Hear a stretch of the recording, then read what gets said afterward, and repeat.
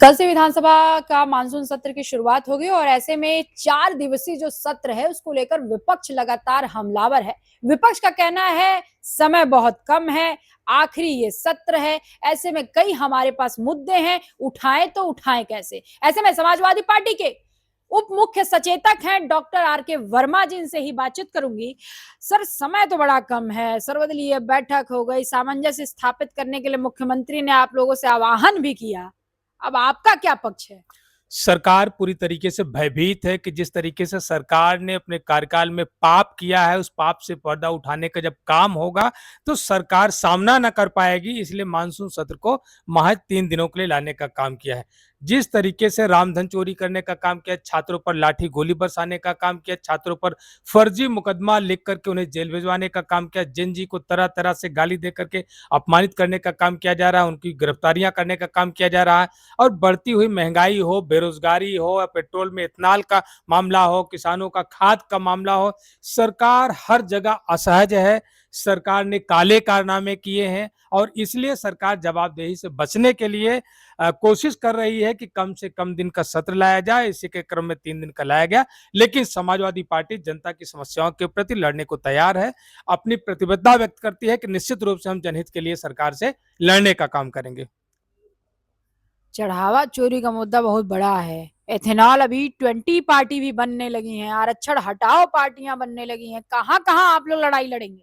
हर मुद्दे पर लड़ाई लड़ेंगे। आरक्षण एक संवैधानिक अधिकार है और उसको जिसके मंसूबे हैं हटाने के लिए वो कभी पूरे ना होंगे। और रही बात चढ़ावा चोरी की, रामधन चोरी की, तो निश्चित रूप से ये पापियों का काम है और इस सरकार में पाप ही पाप हो रहा है और निश्चित रूप से उन पापियों को संरक्षण देने का काम सरकार कर रही है। और जिसकी वजह से मर्यादा पुरुषोत्तम श्री राम नाराज हुए तो अयोध्या की सीट को हरवाने का काम किया और 2027 में उनकी सरकार भी खत्म करने का काम करेंगे। 2027 में समाजवादी पार्टी सरकार बनाएगी और भारतीय जनता पार्टी को बनवास मिलेगा। मुख्यमंत्री कह रहे राम भक्तों पर गोलियां चलाने वाले मत पूछा करे राम मंदिर में क्या। वो जरा बता दें कि जिसने आदेश जारी किया था नृपेंद्र मिश्रा को, उन्होंने राम मंदिर बनाने की जिम्मेदारी क्यों दी? लोकसभा में जवाब क्यों दिया कि अधिकारी आदेश देते हैं? अगर अगर इस भारत के लोकतंत्र में, भारत की संवैधानिक व्यवस्था में कोई आदेश अगर अधिकारी देता है तो अगर गृह मंत्री और प्रधानमंत्री दोषी नहीं हुए तो तत्कालीन सरकार के मुखिया कैसे दोषी हो सकते हैं? और आज जिस अधिकारी ने वो आदेश जारी करने का काम किया, उसी अधिकारी को आपने राम मंदिर बनाने की जिम्मेदारी दी, तो आपसे मुखौटा उठ चुका है। जनता आपके फ्रॉड को समझ चुकी है, आपके ड्रामे को समझ चुकी है कि जिसने राम भक्तों पर गोलियां चलवाई उसी से आप राम मंदिर बनवाने का काम कर रहे हो। अपने ही लोगों को वहां पर रख करके राम धन को चोरी कराने का काम किया। पप्पू यादव कल सदन में बड़ा सब साधु वेश में बैठे थे, सब लोग दान दे रहे थे उनको।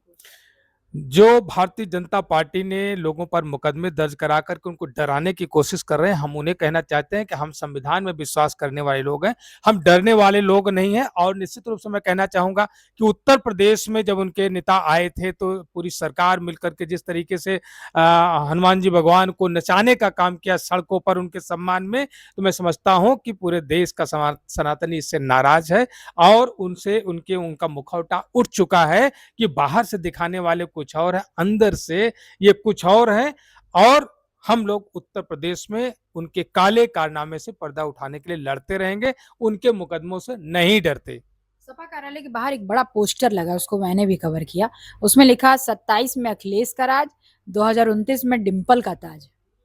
देखिए, निश्चित रूप से 2027 में समाजवादी पार्टी की सरकार बनेगी। उत्तर प्रदेश में भारतीय जनता पार्टी की सरकार से के पाप से हर वर्ग नाराज हो। छात्रों पर लाठी गोली चल रही है, उन पर फर्जी मुकदमे दर्ज कराने का काम किया जा रहा है, सारे पेपर लीक करने का काम किया जा रहा है, सरकारी नौकरियां कम की जा रही हैं और आरक्षण में चोरी करने का काम किया जा रहा है, खाद नहीं दी जा रही है, महंगाई हो, बेरोजगारी हो, लगातार बढ़ती जा रही है। उत्तर प्रदेश में कानून व्यवस्था ध्वस्त हो चुकी है, जंगल राज है, हत्या हो, बलात्कार हो, आए दिन बढ़ते जा रहे हैं।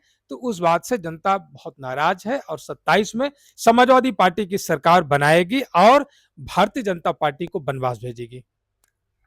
ये थे डॉक्टर आर के वर्मा जी का साफ तौर पे कहना है कि कल से जो विधानसभा का मानसून सत्र की शुरुआत होगी वो बेहद रोचक होगा, क्योंकि विपक्ष जो है पूरी तरीके से चुनावी मोड में भी है और साथ में जो तमाम मुद्दे हैं जो चल रहे हैं, चाहे पेपर लीक का मुद्दा हो, छात्रों पर लाठीचार्ज का मुद्दा हो, चढ़ावा चोरी का मुद्दा हो या तमाम आरक्षण का मुद्दा हो, एथेनॉल का मुद्दा हो, इन तमाम मुद्दों को लेकर सरकार को हम घेरेंगे और जवाब भी जरूर उनसे लेंगे। कैमरामैन मोनू के साथ मैं जया सिंह, अनादि टीवी, लखनऊ।